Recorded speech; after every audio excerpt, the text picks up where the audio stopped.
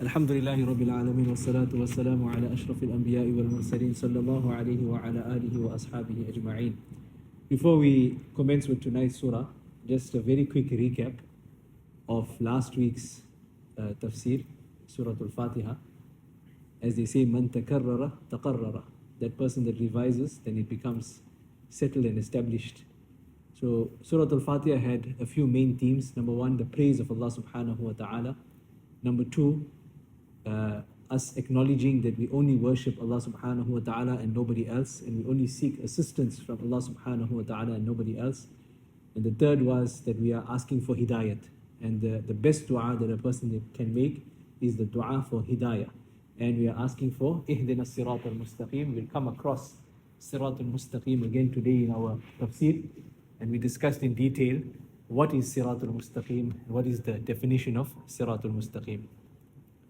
So today we begin with Surah Yasin, and many of us know Surah Yasin. It's become common practice around the world for people to memorize Surah Yasin. Probably from amongst the bigger surahs, the surah that is most recited and most memorized across the globe is Surah Yasin. And one of the reasons for that is that there are many ahadith that discuss the virtues of Surah Yasin. In one hadith, Rasulullah sallallahu alaihi wasallam mentions that person that recites Surah Yasin exclusively for the sake of Allah subhanahu wa ta'ala and for the akhirah is forgiven. And it has also been advised that Surah Yasin should be recited amongst those who have passed away. So it is mentioned that inna likulli shay'in qalban, everything has a heart. Wa qalbul Quran Yasin. This is a hadith that everything has a heart, and the heart of the Quran is Yasin. And whoever recites Surah Yasin, Allah subhanahu wa ta'ala will note down for him the reward, the equivalent of the reward of the recitation of 10 Qurans. Aisha radiallahu anha says that Rasulullah sallallahu alayhi wasallam mentions that in the Quran there is a surah that will act as an intercessor for the one who recites it and as a means of forgiveness for the one who listens to it. And this is Surah Yasin. And Surah Yasin has also been mentioned in the Torah. It comes as under the name of Al-Mu'imma. Al-Mu'imma means that surah that universalizes its blessings in the worldly life and the hereafter for its readers. And the name of the reader of Surah Yasin is Ash-Sharif, the one who is honored. Rasulullah sallallahu alaihi wasallam also mentions that it repels the difficulties of the akhirah from the one who recites it. So it's also known as Ad-Dafi'ah, the one that is defending, it defends the person who recites it. And Rasulullah sallallahu alaihi wasallam was asked that why is it known as the defender? So he mentioned, sallallahu alaihi wasallam, that it will defend or protect its reader from all types of difficulties in the dunya and akhirah, and it will suffice him for all of his needs. Therefore, it is mentioned in the hadith that person that recites Surah Yasin in the morning, he will remain happy and his needs will be fulfilled until the night. And the one who recites Surah Yasin at night, he will remain happy and his needs will be fulfilled till the morning. Rasulullah sallallahu alaihi wasallam also mentioned that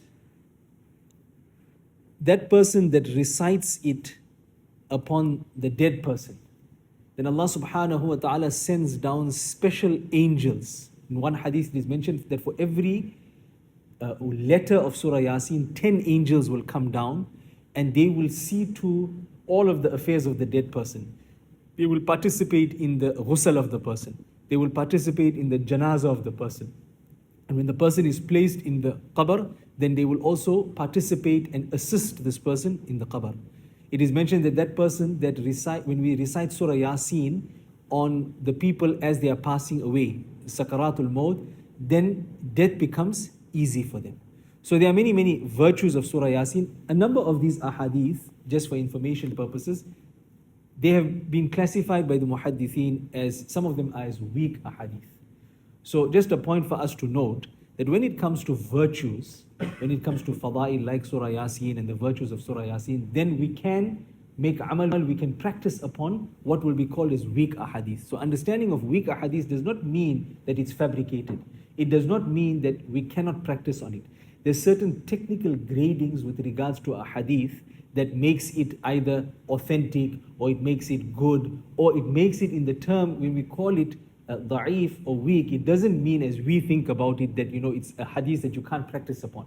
In fact, it's a hadith that you should practice upon, and when it comes to virtues, then you can practice upon weak ahadith. But nevertheless, when you put all these ahadith together, even if some of them may be weak, then they are great virtues of Surah Yasin. Now, this beginning of Surah Yasin, this is known as al-huruf al-muqatta'at. You'll find in different parts of the Quran, these letters that come, they're not joined in any way. They're separate letters. They have no meaning. Alif Lam Mim Ra, Kaf Ha Ya Ain Sad, Taha Ha Mim. So what is the meaning of Yasin? So one view, and that's the dominant view, is that huruful muqatta'at, these types of letters, only Allah subhanahu wa ta'ala knows their meaning. We don't know their meaning because He has not explained it to us, and it does not come clearly in a hadith of what the meaning of these letters are. So we leave this to the knowledge of Allah subhanahu wa ta'ala. And then there are some, like for example Surah Yasin, some mention certain interpretations for this name Yasin. One hadith comes that Rasulullah sallallahu alaihi wasallam mentions, Sammani fil Quran, I have been named with seven names in the Quran. One is Muhammadur Rasulullah. One is Ahmad, which comes in Surah As-Saff. Taha, which comes in Surah Taha. Yasin, also a name of Rasulullah sallallahu alaihi wasallam. Muzammil, which comes in Ya ayyuhal Muzammil. Al-Muddathir, which comes in Ya ayyuhal Muddathir, and Abdullah. So these are seven names which Rasulullah sallallahu alaihi wasallam mentions. So one opinion is that Yasin is the name of Rasulullah sallallahu alaihi wasallam. It is also mentioned that it comes from the Ethiopian language, which means, "O human person," denoting Rasulullah sallallahu alaihi wasallam, or Ya Sayyid al-Bashar, the best of mankind, denoting Rasulullah sallallahu alaihi wasallam. Ya Sayyid al-Bashar, Sin, Ya Sayyid al-Bashar, Yasin, that refers to Rasulullah sallallahu alaihi wasallam. Nevertheless, the most comprehensive and dominant view is that Allah subhanahu wa ta'ala knows the exact meaning of these words. Wal Qur'anil Hakim. So this is now where Allah subhanahu wa ta'ala is taking an oath, and He is saying that by the Quran, now there are two ways of translating this. Wal Qur'anil Hakim, by the wise Quran, or the Quran that is full of wisdom, or by the firm Quran, al-muhkam, that Quran which is firm. So Allah subhanahu wa ta'ala is taking an oath. When Allah subhanahu wa ta'ala takes an oath, then He is indicating to us that what He is going to mention afterwards is something of importance. That is why He is taking this oath. What is Allah subhanahu wa ta'ala saying? إِنَّكَ لَمِنَ الْمُرْسَلِينَ. That verily you, O Muhammad, are from amongst the messengers. So again, when we tie it back to Yasin, and if we take it as the name of Rasulullah sallallahu alaihi wasallam, we can see that this whole address is happening to Rasulullah sallallahu alaihi wasallam. Why is Allah Ta'ala saying innaka lamin al-mursaleen? This is a response to the kuffar of Mecca that mentioned that lasta mursala, you are not from amongst the messengers. So Allah subhanahu wa ta'ala is emphasizing. Just a point here, Surah Yasin is a Makki surah. The entire surah is Makki, with the exception of the one verse, وَإِذَا قِيلَ لَهُمْ أَنْفِقُوا مِمَّا رَزَقَكُمُ اللَّهُ قَالَ. That surah was revealed in Madinah Munawwara, or after the Hijrah. It was revealed after the Hijrah. Surah Yasin has either 82 or 83 ayat. So generally I think the Mus'haf that we have has 82 ayat, but some readings of the Quran has it as 83 ayat. So wal Qur'anil Hakim, innaka laminal mursaleen ala siratim mustaqim, that you are upon a straight path. You are upon a straight path. Now last week we discussed what is siratul mustaqim, siratal ladina an'amta alayhim, that path which we have favored the Anbiya, the Siddiqeen, the Salihin, the Shuhada. So you are upon the straight path. So here Allah subhanahu wa ta'ala is reaffirming the fact that Rasulullah sallallahu alaihi wasallam is a messenger and he is upon the straight path. Now, before we go forward, Surah Yasin deals with three important topics. And one of the reasons that they say it is the heart of the Quran is because the topics that it deals with is like the heart of deen. Number one, it deals with risala. It deals with messengership, sending Rasulullah sallallahu alaihi wasallam down. Number two, it deals with tawheed, the oneness of Allah subhanahu wa ta'ala. So this is also a very important aspect. In fact, this is the first most important aspect of Deenul Islam, is tawheed. The second is risalat, sending down messengers to teach us our deen. And the third topic that it deals with is al-qiyamah and al-hashr, resurrection and the day of qiyamah. This is again a very important part of our deen. If you look at what our deen encapsulates, follow and worship only one Allah. How will you follow that one Allah? You will follow Him with the messengers that have come down.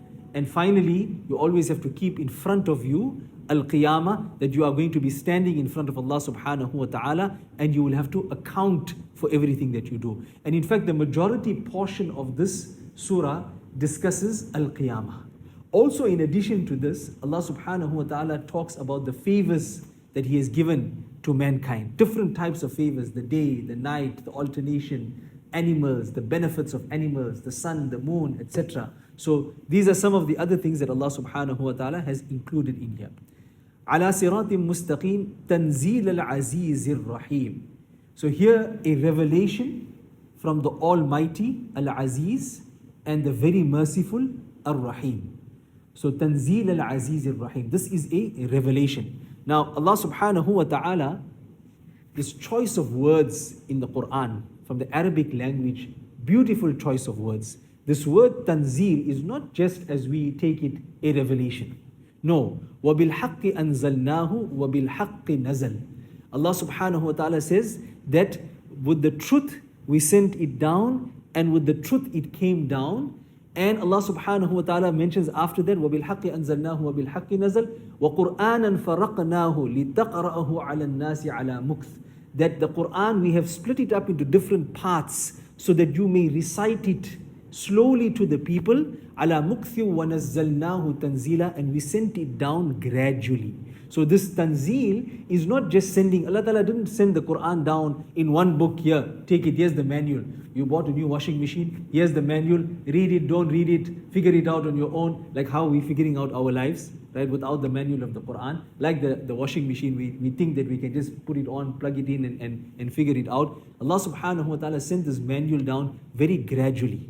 Over 23 years it came down, different scenarios, different reasons for revelation. So this word tanzeel does not just mean a revelation, but it means a revelation that has come down in a very measured way. Tanzeel al-Aziz ar-Rahim. Now there's two ways of reciting this. It's a bit technical from a grammatical perspective. On the one hand, you can read it as Tanzeelul Aziz ar-Rahim. We don't read that in our qira'ah, but in the other qira'at, it is Tanzeelul Aziz ar-Rahim. So there it is basically saying this is a revelation from the Mighty and the All-Merciful. When you read it as Tanzeelal, so it's now a maf'ul bihi, it means Nazal al-Qur'ana, He sent the Qur'an down, Tanzeelan, He sent it down very slowly, very gradually. So it's a revelation from Tanzeel al-Aziz ar-Rahim. Why is this revelation there? لِتُنذِرَ قَوْمًا, so that you may warn a people. لِتُنذِرَ قَوْمًا مَا أُنذِرَ آبَاؤُهُمْ فَهُمْ غَافِلُونَ, so that you may warn a people whose fathers were not warned and therefore they are unaware. So here Allah subhanahu wa ta'ala is talking specifically about the people of Mecca, the Arabs. The Arabs did not have any messenger that came to them specifically from amongst the Arabs since the time of Ibrahim alayhi salam. So from the time of Ibrahim alayhi salam and of course Ismail alayhi salam, right till Rasulullah sallallahu alayhi wasallam, there was no designated Nabi that came down to the people of Arabia. لِتُنذِرَ قَوْمًا مَا أُنذِرَ آبَاؤُهُمْ. So you can warn, you are now coming from amongst the Arabs to warn these people for whom no other Nabi came down. So it doesn't mean that no guidance came to them. Allah Ta'ala sent messengers to different places, Isa alayhi salam came, and the message of Isa alayhi salam spread. But Allah Ta'ala did not send down any specific messenger to the people, to the Arab people. So, لِتُنذِرَ قَوْمًا مَا أُنذِرَ آبَاؤُهُمْ فَهُمْ غَافِلُونَ لَقَدْ حَقَّ الْقَوْلُ عَلَىٰ أَكْثَرِهِمْ فَهُمْ لَا يُؤْمِنُونَ. So here Allah subhanahu wa ta'ala is saying, the word has indeed come true about most of them, that they will not believe. So here, on the one hand, Allah Ta'ala is talking about the Quraysh of Mecca, who were very opposed to Rasulullah sallallahu alaihi wasallam, and no matter how much of invitation he gave towards Allah subhanahu wa ta'ala, they were not interested in accepting this hidayat and this message that Rasulullah sallallahu alaihi wasallam came to them with. But it also refers to many of the people wherein this message is brought to them. Allah Ta'ala has sent down this divine arrangement. Messengers have come down. Rasulullah sallallahu alaihi wasallam has come down. The Quran has been sent down. After that, many pious people have come down, and this message is being spread out. As we see today, that most of the people do not believe in Allah subhanahu wa ta'ala. Most of the people do not believe in Islam. لَقَدْ حَقَّ الْقَوْلُ عَلَىٰ أَكْثَرِهِمْ فَهُمْ لَا يُؤْمِنُونَ. So this word has already come down upon them, that the majority of them, many of them, they will not believe. Now Allah subhanahu wa ta'ala goes in and He brings in certain similes. Allah subhanahu wa ta'ala says, إِنَّا جَعَلْنَا فِي أَعْنَاقِهِمْ أَغْلَالًا. Verily we have placed iron collars upon their necks. إِنَّا جعلنا في أعناقهم أغلالا فهي إلى الأذقان. So these iron collars, they're reaching up to their chins. So if you picture an iron collar that is on the neck, but it is so high that it's reaching up to the chins. فَهُمْ مُقْمَحُونَ. What this means is that their heads are turned upwards and their eyes are looking upwards because of this collar. Some Mufassirin explain that in addition to that, their hands have also been chained. So when your hands get chained, you have a collar, your hands are chained here, you're now looking upwards, you can't even look downwards. What does this mean? This means that they are so involved in their ignorance and their opposition to Allah subhanahu wa ta'ala and to Deenul Islam, that they are not going to accept anything that you say to them. So it's as if they can't even see where they are going. This is a simile or a metaphor that Allah subhanahu wa ta'ala is giving, that they are in such a condition that they are absolutely drowning. One tafsir says that this iron collar refers to the iron collar of dunya, the hopes, the desires that people have in this dunya for a long life, for lots of wealth, and as if they are going to be living here forever, and they forget that there is an Allah. They forget that there is going to be a day of reckoning. So this is the first example that Allah subhanahu wa ta'ala is sending down. Another interpretation of this is that this is how they're going to be punished. That they are going to be chained and locked physically on the day of Qiyamah. Another interpretation is that just as they did not pay heed to the invitation of da'wah, so Allah subhanahu wa ta'ala has made it such that they are blinded and they are not going to accept anything going forward. And then Allah subhanahu wa ta'ala says, وَجَعَلْنَا مِن بَيْنِ أَيْدِيهِمْ سَدًّا وَمِنْ خَلْفِهِمْ سَدًّا. Allah subhanahu wa ta'ala says that we have placed in front of them a barrier and behind them a barrier. So they are now surrounded, فَهُمْ لَا يُبْصِرُونَ, and they cannot see. This is another example of their misguidance. That when you have something in front of you, when you have something behind you, you're totally surrounded. You don't know what's happening outside.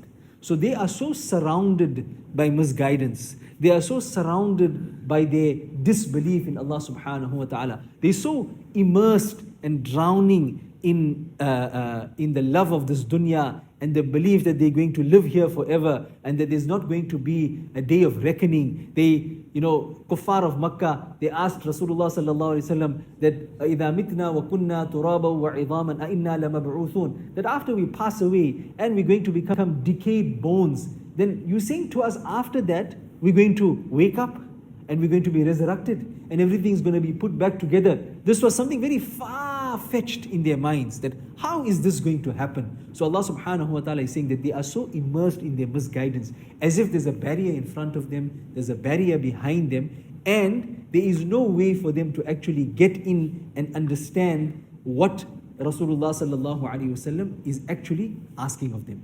So وَجَعَلْنَا مِن بَيْنِ أَيْدِيهِمْ سَدًّا وَمِنْ خَلْفِهِمْ سَدًّا فَأَغْشَيْنَاهُمْ فَهُمْ لَا يُبْصِرُونَ. And then Allah Ta'ala explains, وَسَوَاءٌ عَلَيْهِمْ أَأَنذَرْتَهُمْ أَمْ لَمْ تُنذِرْهُمْ لَا يُؤْمِنُونَ. That it doesn't matter whether you warn them or you don't warn them, they will not believe. Whether you warn them or you don't warn them, they will not believe. So they are so immersed that they are not going to believe. Who are the only ones that can believe? Innama, who is the only one that you can warn? Innama tunziru manittaba'a al-dhikr. The only ones that you can warn and who will take heed of your warning are those manittaba'a al-dhikr, those who follow the al-dhikr, the reminder which actually refers to the Quran. May Allah Ta'ala make us from amongst those. Manittaba'a al-dhikr, number one, wa khashiya ar-rahmana bil-ghayb. And they fear Allah subhanahu wa ta'ala even though they cannot see Him, even though He is unseen. And this is the essence of our deen, that we believe everything that we believe in. We believe in Allah subhanahu wa ta'ala, we believe in His malaika, we believe in the day of Qiyamah, we believe in Jannah, we believe in Jahannam. We haven't seen any of this. So the whole essence of deen is submission. Islam means to submit. So those who fear Allah subhanahu wa ta'ala, that is unseen, فَبَشِّرْهُمْ بِمَغْفِرَةٍ. So give them glad tidings of forgiveness, وَأَجْرٍ كَرِيمٍ, and a noble reward which is Jannah. فَبَشِّرْهُمْ بِمَغْفِرَةٍ وَأَجْرٍ كَرِيمٍ. Then Allah subhanahu wa ta'ala mentions, إِنَّا نَحْنُ نُحْيِي الْمَوْتَى, that verily we, and now we are drawing our attention towards Qiyamah, verily we will give new life to the dead. إِنَّا نَحْنُ نُحْيِي الْمَوْتَى وَنَكْتُبُ مَا قَدَّمُوا. And we are recording whatever deeds they sent ahead. وَنَكْتُبُ مَا قَدَّمُوا. إِنَّا نَحْنُ نُحْيِي الْمَوْتَى وَنَكْتُبُ مَا قَدَّمُوا وَآثَارَهُمْ. And we are also recording the effects of those deeds. We'll explain what this means here. We are also recording the effects of those deeds. وَكُلَّ شَيْءٍ أَحْصَيْنَاهُ فِي إِمَامٍ مُبِينٍ. And everything is fully recorded by us in a clear open book. In a clear open book. So Allah subhanahu wa ta'ala is saying that inna nahnu nuhyil mawta, that verily we will resurrect them after they have passed away. Wa naktubu ma qaddamu. And Allah subhanahu wa ta'ala is recording everything that we are sending ahead. So whatever we're sending ahead, it's either going to be of benefit to us or it is going to be of harm to us. And then the next part, he is also recording وَآثَارَهُمْ. What does this mean? Its effects. Every deed has an effect. And the effect of that deed is also being recorded. So sometimes if you do something good, if you point somebody towards good, for example, your efforts created a Quran class. For as long as that Quran class carries on, and as long as one person benefits, and he then takes that benefit and he gives it to somebody else and somebody else benefits, you are part of that chain of reward. That is why Rasulullah sallallahu alaihi wasallam is mentioned, "Man sanna sunnatan hasanatan falahu ajruha wa ajru man amila biha min ba'dihi min ghairi ayyunqasa min ujurihim shay'a." That person that starts a good practice, he will get its reward, that is the reward of the good practice, and the reward of whoever acts in accordance with it after him, without the least decrease in the reward of the others acting upon it. So there's no limit to the reward of Allah subhanahu wa ta'ala. When you start a good action and you teach a person something and that person teaches someone else, when that person teaches someone else, he's going to get the reward, but you will share in that reward without that person losing out in that reward. And Rasulullah ﷺ also mentions, وَمَنْ سَنَّ سُنَّةً سَيِّئَةً كَانَ عَلَيْهِ وِزْرُهَا وَوِزْرُ مَنْ عَمِلَ بِهَا مِنْ بَعْدِهِ لَا يُنْقَصُ مِنْ أَوْزَارِهِمْ شَيْئًا. Then Rasulullah ﷺ says that whoever starts a bad practice, he will get its sin along with the sin of whoever acts in accordance with it after him, without the least decrease in the sins of others acting upon it. And then Rasulullah ﷺ read this ayat, وَنَكْتُبُ مَا قَدَّمُوا وَآثَارَهُمْ, and we are recording whatever they send forward and also its effects. This word athar also refers to footsteps or footprints. So some Mufassirin translate it that here Allah subhanahu wa ta'ala is talking about the footsteps that a person encounters when walking to the masjid. Because there's the hadith that Rasulullah sallallahu alaihi wasallam mentions that when a person walks to the masjid, one good deed is recorded for every step that he takes. And some ahadith narrations seem to indicate that this word athar appearing in this verse refers to these very footprints. Therefore, Allama Ibn Kathir in his Tafseer, he has put together all the narrations that mention that there were many people in Medina Munawwara whose homes were at some distance from Masjidun Nabawi. And they thought that, let us set up our homes closer to Masjidun Nabawi so it's easier for us and quicker for us to come for Salah. Rasulullah ﷺ advised them not to do that, and he said, live where you are currently living, because when you walk from afar, do not take this time to have been wasted. The more your steps, the more shall be your reward. So again, for us to understand, firstly, that we may not all be living very close to the masjid. So whilst this is referring to footsteps, inshallah, even if we are coming by other means of transport and we are coming from further away, that distance that we travel, Allah Ta'ala will record it in our good favor. And secondly, when we come to the masjid, we don't have to be inconsiderate and try and park as close as possible and block the people and make it difficult. And, especially for the young, fit people that are running lots and lots of kilometers, if we have to park a little further away and we have to walk, we're going to get a reward for every step that we're taking. That's why you will find certain people, they come early to the masjid, but you'll find they'll park far away. Because at least they may definitely be included in this hadith that for every footstep that you take, you will get a reward that will be given to you. So these are the first 12 verses of Surah Yasin that we discussed. And inshallah, next week when we commence, we will move on to the next topic, wherein Allah subhanahu wa ta'ala talks about two messengers that were sent to a certain town. وَضْرِبْ لَهُمْ مَثَلًا أَصْحَابَ الْقَرْيَةِ. There's a specific town, and Mufassirin have gone into detail around which town this could be and what happened to those messengers. And there was a third person that was sent after that, and the entire story of those people will be discussed next week, inshallah. May Allah subhanahu wa ta'ala give us the tawfiq. What we should try and do now is, we're doing this in bite sizes. وَقُرْآنًا فَرَقْنَاهُ. We sent it down in bite sizes. لِتَقْرَأَهُ عَلَى مُكْثٍ. So that you could read it to them in small bite sizes, slowly, easily, so they can digest it. So many of us, we know Surah Yasin, we know many other things, mashallah, many of us are good huffaz of the Quran, but learning and understanding the meaning of the Quran, perhaps we may not have done this previously. So what we should try and do, that the sabak that we do today, every day, if we read the translation, once at least, between now and then 7 times we read it, inshallah, it's only 12 verses, we will hopefully remember the meaning of that translation. And certainly Surah Al-Fatiha we're reciting in every salah, very easy. Surah Yasin we are reciting every morning, and inshallah some of us every evening. So if we read it with the translation, it becomes very easy for us then lifelong to remember the translation. So we should try and make this effort that from now, this week till next week, whatever verses we have recited, we try and read the translation as much as possible. And obviously those people that have the ability, try and memorize the translation so that it's done once and for all. And inshallah by the end of this, the whole of Surah Yasin with ease, we'll be able to remember the translation. May Allah subhanahu wa ta'ala give us the tawfiq to put it into practice.